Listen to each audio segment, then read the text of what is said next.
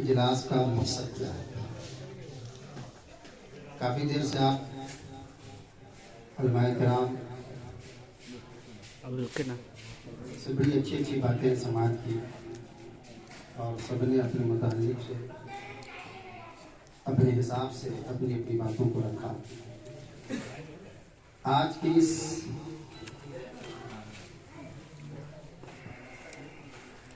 Meeting की जो मकासद है उसमें पहला जो मकसद है वो है मदरसा बोर्ड के लिए जिद्दोजहद करना। किस तरह से हम लोग मदरसा बोर्ड को मुल्क नेपाल में मंजूरी दिलाएं और इसके ताल्लुक से सब लोग अपनी अपनी बात को रखेंगे और जो सबसे बेहतर होगा उस पर अमल किया जाएगा, उस रास्ते को अपनाया जाएगा। एक मरतबा अभी आपने हज़रत मौलाना अली हसन साहब से सुना ना कि हम लोग बहुत मेहनत किए तो अनुदान जारी किया। यानी बच्चा जब रोता है ना तो उसके मुंह में लॉलीपॉप दे दिया जाता है, चूसते रहो, फिर रोता है दूसरा डाल दिया जाता है नहीं। तो पुराने लोग जो थे वो लोग इसके लिए मेहनत किए, नेपाल हुकूमत से अपने हक और अधिकार की बात की तो 2,41,000 रुपया दे करके हमारी ज़बान को बंद कर दिया। आज फिर हम जब बोल रहे हैं कि हमको चाहिए तो बाद जगहों पर हजरत ये भी बात आई है कि अब 2,41 के बजाय हम 10 देते हैं, लेकिन कोटा उटा मत मांगिए, है नहीं। तो ये लॉलीपॉप है जो हमको दिखाया जा रहा है। ये बात समझने की है कि हमको लॉलीपॉप नहीं चाहिए, हमारा जो हक और अधिकार है वो चाहिए और वो ऐसे ही हासिल नहीं हो जाएगा। कम से कम जब हम लोग मीटिंग में आते हैं किसी भी तो वहाँ बैठ करके सुने और अपनी बात को भी रखें, फिर उस पर अमल भी करें। मीटिंग होती है, बात ख़त्म हो जाती है नहीं, उसको अमली जामा नहीं पहनाया जाता है, अमली जामा पहनाने की ज़रूरत है। मदरसा बोर्ड की मंजूरी के लिए मेरी नाक़िस राय ये है कि इस वक्त अभी चूँकि इलेक्शन ख़त्म हुआ है नहीं, सबसे पहले मुस्लिम बोर्ड के पास ये डाटा हो कि पूरे नेपाल में सांसद कितने हैं, मुस्लिम सांसद कितने हैं, चाहे वो प्रत्यक्ष में हो या समानुपातिक से हो। प्रत्यक्ष में तो एक भी नहीं है, ये हमारी बदकिस्मती है। पूरे नेपाल में मुस्लिम सांसद प्रत्यक्ष में एक भी नहीं है, ये हमारी बदकिस्मती है नहीं। और समानुपातिक में तलाशें मिल जाए, उनको मदऊ किया जाए, उनका डाटा हमारे पास हो। विधायक कितने हैं, चाहे वो मध्य प्रदेश हो, लुम्बिनी प्रदेश हो, 1 2 3 4 5 6 7 जो भी किसी भी प्रदेश में कितने विधायक हैं, है नहीं, उसका डाटा हमारे पास होना चाहिए। मेयर कितने हैं पूरे नेपाल अधिराज्य में, मुस्लिम मेयर, वो डाटा निकालें। वार्ड अध्यक्ष कितने हैं वो डाटा निकालें। एक मीटिंग जो है ना हमारी उन मुस्लिम सांसद, विधायक, मेयर, वार्ड अध्यक्ष के साथ हो, फिर उसमें हम अपनी बात को रखें कि मुस्लिम बोर्ड नेपाल एक प्लेटफॉर्म तो हमको मिला है। अब तक हमारे पास काम करने के लिए कोई प्लेटफॉर्म नहीं था। जितना चीख लीजिए, चिल्ला लीजिए, सर पटक करके फोड़ लीजिए, कोई फायदा नहीं है जब तक किसी तंजीम से जुड़ करके आप काम न करेंगे। कामयाबी के लिए किसी न किसी तंजीम से जुड़ना पड़ेगा और किसी न किसी तंजीम को प्लेटफॉर्म बनाना पड़ेगा। तो उलमाए सरलाही की बेइंतहा मेहनत के बाद हमको एक प्लेटफॉर्म मिला है, मुस्लिम बोर्ड नेपाल की शक्ल में, है नहीं। तो इस प्लेटफॉर्म के जरिए सबसे पहला काम जो हमको करना है मदरसा बोर्ड की मंजूरी के लिए वो ये है कि जितने मुस्लिम सांसद हैं, विधायक हैं, मेयर हैं, वार्ड अध्यक्ष हैं, उनकी एक मीटिंग रखें, है नहीं। फिर उसमें हम अपनी बात रखें। या देखिए ये भी बात है कि नेपाल में मुख्तलिफ पार्टियां हैं और हर कोई किसी न किसी पार्टी से जुड़ा हुआ है। अल्लाह का फजल है कि हिंदुस्तान की तरह हालात हमारे नेपाल में नहीं है। हम अपनी बात को रख भी सकते हैं और आसानी के साथ हम कामयाबी हासिल भी कर सकते हैं, लेकिन सिस्टम में जाएंगे सब यूं ही चीखेंगे चिल्लाएंगे तो कोई नहीं देने वाला है। जब तक बच्चा रोता नहीं है, माँ भी दूध नहीं पिलाती है, घर में चीखने चिल्लाने से कुछ नहीं होगा। सिस्टम में जाइए, हर कुछ मिलेगा, है नहीं।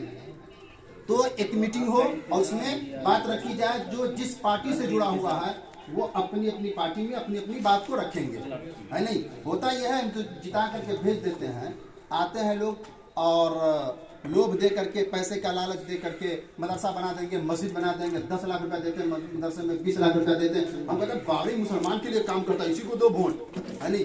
वो 20 लाख रुपया पे आप लोग क्यों गिर जाते हैं? 20 लाख की जरूरत नहीं है, हमको 2 ही रुपया चाहिए, लेकिन हमारा हक और अधिकार चाहिए। तुम ऐसे भीख में क्यों देता है मुझको? मुस्लिम बोर्ड नेपाल का जो कयाम अमल में आया है, उसका मकसद सिर्फ यह है कि नेपाल में मुसलमानों के हुकूक की फराहमी करना, और उसके लिए हमको सिस्टम में जाना पड़ेगा।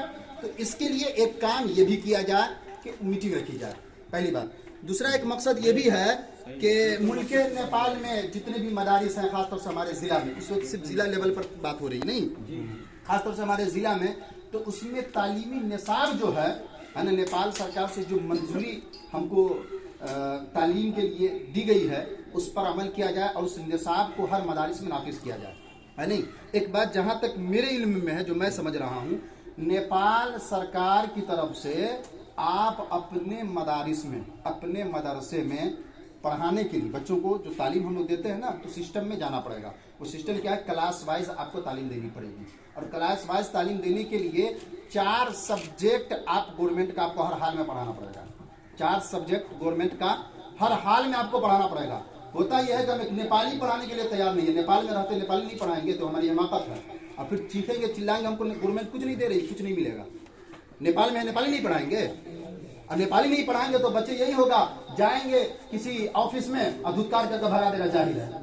भाई आप अपने वक्त के मुफ्ती अल्लामा है, फहामा है, हुकूमत की नजर में आपकी कोई वक़्त नहीं है जब तक आप नेपाली नहीं जानते हैं, है नहीं। आप अपने कौम के रहनुमा हो सकते हैं ना, ये अलग बात है। हुकूमती सतह पर आप उसी वक्त कामयाब होंगे जब आप नेपाली तालीम से भी लैस होंगे, और एक आलिम के लिए जरूरी भी है कि वो सियासत से भी, है ना, समाजियात से भी, है नहीं, हर महाज पर वो कामयाब हो, जरूरी भी है। तो कहने का मतलब यह है, जो नेपाली तालीम है, मदरसे का जो तालीमी निसाब है, उसके लिए गवर्नमेंट ने हमको कहा है कि 4 सब्जेक्ट पढ़ाइए। नेपाली जरूरी है, इंग्लिश जरूरी है, मैथ जरूरी, एक आलिम के लिए मैथ नहीं चाहिए, जरूरी है। एक सब्जेक्ट जो है वो इख्तियारी दिया, चाहे वो आप साइंस पढ़ाएं, है ना, या सामाजिक पढ़ाएं, वो आपके ऊपर है। ये चौथा वाला जो सब्जेक्ट है ना, वो इख्तियारी है। ये दोनों में से किसी एक को आप चूज कर सकते हैं, साइंस लीजिए या सामाजिक लीजिए। उसके अलावा 4 सब्जेक्ट जो है आप अपने मदारिस के हिसाब से अपना निसाब बना करके दाखिल कर सकते हैं। एग्जाम के वक्त जब आप एग्जाम लेते हैं ना, तो 4 सब्जेक्ट का जो दीनी सब्जेक्ट है नहीं, उसका आप क्या कहते हैं कि एग्जाम लीजिए, है नहीं। और वो जो गवर्नमेंट की तरफ से है, तो गवर्नमेंट से वहां से उसका पेपर बन करके आएगा। फिल वक्त के लिए इतना तो करना पड़ेगा, जब तक के मदरसा बोर्ड कायम नहीं हो जाता, जब तक मदरसा बोर्ड कायम नहीं हो जाता है, उसका जो सिस्टम है उसको फॉलो करना पड़ेगा, तब जाकर के हमको वहां से वो चीजें मिलेगी। दूसरी बात ये कि निसाब तालीम के लिए आप देख लीजिए, अपने इलाके का दौरा कीजिए, हर मदरसे में, मकतब में 200 बच्चा, 150 बच्चा, 100 बच्चा मूली साहब को आप पढ़ाते कितना, 2 घंटा, है नहीं। जो बच्चा जिस उम्र में हाफिज कुरान हो जाना चाहिए था जिस बच्चे को, उस बच्चे में नाज़रा नहीं पढ़ रहा है उस उम्र में। 12 साल 15 साल का बच्चा क्या पढ़ता, कुरान शरीफ पढ़ते हैं, मौलवी साहब तो बहुत अच्छा पढ़ाते हैं, कुछ नहीं पढ़ता था, कुरान शरीफ पढ़ाते हैं। और उसको पढ़ाइए किसी मदरसा में ले आकर के रख दीजिए, तो कारी साहब कहेंगे पैदा पढ़। ये हालात है हमारे, है नहीं।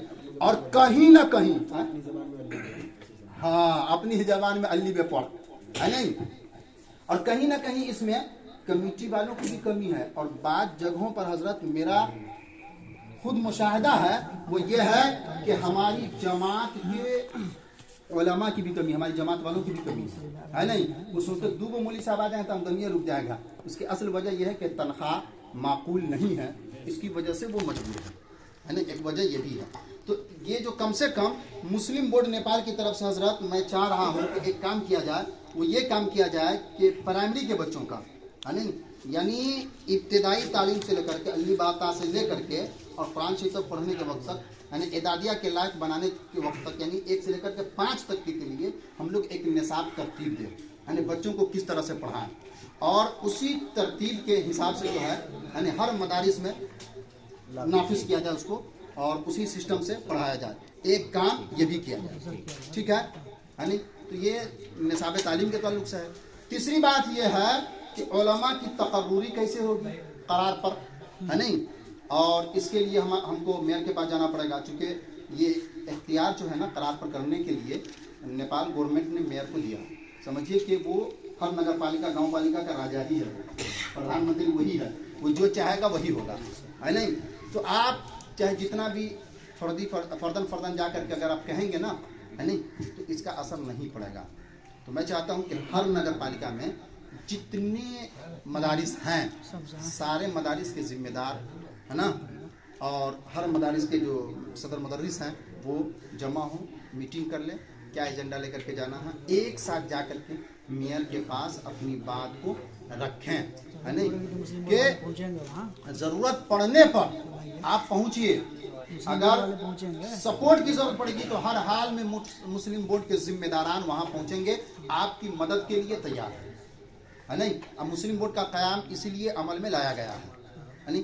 तो मेयर के पास जा करके हम अपनी बात को रखेंगे कि आप ये 2:41 दे रहे हैं, ये तो हमको दीजिए ही, इसको छोड़ेंगे नहीं जब तक मदरसा बोर्ड कायम नहीं हो जाता है नहीं।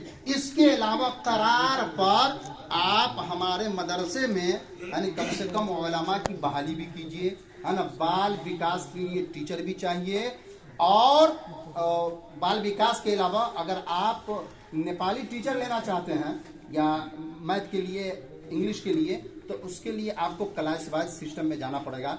जब तक क्लास 1, 2, 3, 4, 5 तक जब तक ये क्लास वाइज सिस्टम नहीं अपने मदरसे में लागू करेंगे, उस वक्त तक जो सुविधाएं नेपाल सरकार की तरफ से स्कूल को उपलब्ध है, मदरसा को उपलब्ध नहीं हो सकता।